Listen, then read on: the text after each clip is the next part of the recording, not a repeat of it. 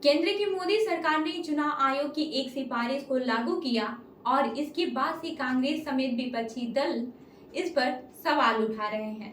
दरअसल केंद्र सरकार ने चुनाव आचार संहिता में संशोधन करते हुए चुनावी दस्तावेजों के एक हिस्से को आम जनता की पहुंच से रोक दिया है। भारत सरकार के विधि और न्याय मंत्रालय ने शुक्रवार को चुनाव आयोग की सिफारिश के आधार पर सीसीटीवी कैमरा और वेबकास्टिंग फुटेज को सार्वजनिक करने पर रोक लगा दी है।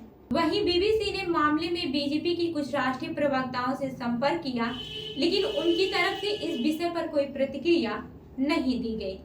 कांग्रेस ने इस कदम को संविधान और लोकतंत्र पर हमला बताया है। कांग्रेस अध्यक्ष मल्लिकार्जुन खड़गे ने एक्स पर लिखा, मोदी सरकार द्वारा चुनाव आयोग की स्वतंत्रता को कम करने का नापातुला प्रयास संविधान और लोकतंत्र पर सीधा हमला है और हम उनकी रक्षा के लिए हर कदम उठाएंगे। ये जान लेते हैं कि पहले क्या था नियम।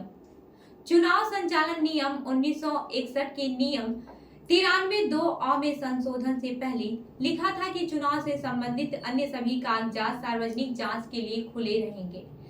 संशोधन के बाद से इस नियम में कहा गया है कि चुनाव से संबंधित इन नियमों में निर्दिष्ट अन्य सभी कागजात सार्वजनिक जांच के लिए खुले रहेंगे।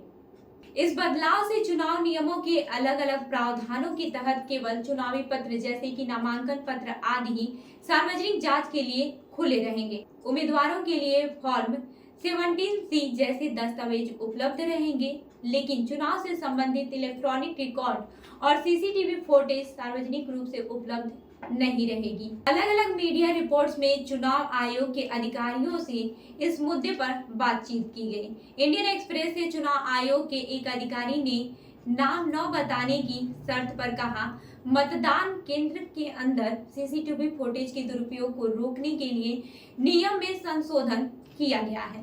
सीसीटीवी फुटेज साझा करने से विशेष रूप से जम्मू कश्मीर नक्सल प्रभावित क्षेत्रों जैसे कि संवेदनशील क्षेत्रों में गंभीर परिणाम हो सकते हैं, जहां गोपनीयता महत्वपूर्ण है। मतदाताओं की जान भी जोखिम में पड़ सकती है। सभी चुनाव पत्र और दस्तावेज सार्वजनिक जांच के लिए उपलब्ध हैं। अब ये जान लेते हैं कि संशोधन से पहले हाई कोर्ट का क्या आदेश था। संशोधन के कुछ दिन पहले ही पंजाब और हरियाणा हाई कोर्ट ने 9 दिसंबर को चुनाव आयोग को निर्देश दिया था कि वह वकील महमूद प्राचा को ने हरियाणा विधानसभा चुनाव से संबंधित वीडियोग्राफी, सीसीटीवी फुटेज और फॉर्म 17C की प्रतियां उपलब्ध कराने के लिए हाई कोर्ट में याचिका दायर की थी।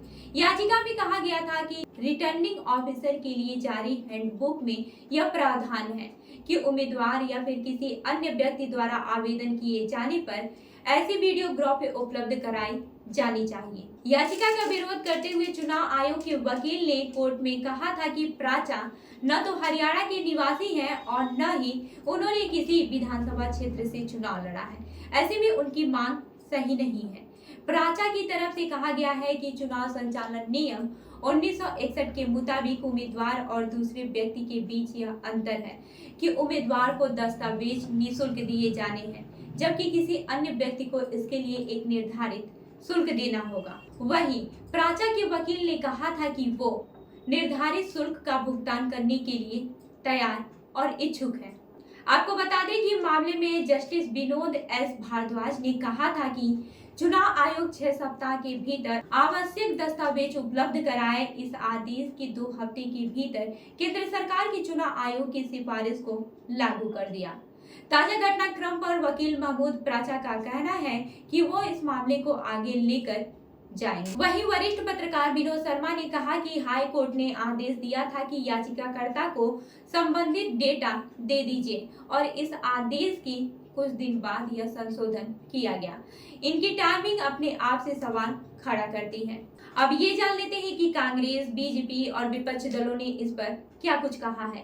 कांग्रेस के वरिष्ठ नेता जयराम ने सोशल मीडिया प्लेटफॉर्म एक्स पर चुनाव आयोग की पारदर्शिता पर सवाल उठाए हैं। जयराम रमेश ने कहा कि पारदर्शिता में और खुलेआम भ्रष्टाचार और अनैतिक कार्यों को उजागर करने और उन्हें खत्म करने में सबसे अधिक मददगार होते हैं और जानकारी इस प्रक्रिया में विश्वास बहाल करती है। पंजाब और हरियाणा उच्च न्यायालय ने इस तर्क पर सहमत व्यक्त करते हुए न्याय आयोग को सभी जानकारी साझा करने का निर्देश दिया। ऐसा जनता के साथ करना कानूनी रूप से आवश्यक भी है, लेकिन चुनाव आयोग के फैसले का अनुपालन करने के बजाय जो साझा किया जा सकता है उसकी लिस्ट को कम करने के लिए कानून में संशोधन करने में जल्दबाजी करता है। चुनाव आयोग पारदर्शिता से इतना डरता क्यों है? वहीं जयराम रमेश ने आगे कहा कि आयोग के इस कदम को जल्द ही कानूनी चुनौती दी जाएगी। आपको बता दें कि दिल्ली के पूर्व मुख्यमंत्री अरविंद केजरीवाल ने लिखा कि इसका मतलब कुछ तो बड़ी गड़बड़ है। तृणमूल कांग्रेस के पूर्व सांसद सरकार ने पूछा कि मोदी सरकार क्या छिपा रही है। जवाहर सरकार ने एक्स पे लिखा, आखिर चुनाव नियमों में अचानक बदलाव करके जनता को चुनाव रिकॉर्ड और डेटा के बारे में पूछने और जांच से क्यों रोक दिया गया? तो इस खबर पर क्या है आपकी राय, हमें जरूर बताएं। मैं हूं रूबी आपके साथ और आप देख रहे हैं जनदर्पण न्यूज। धन्यवाद।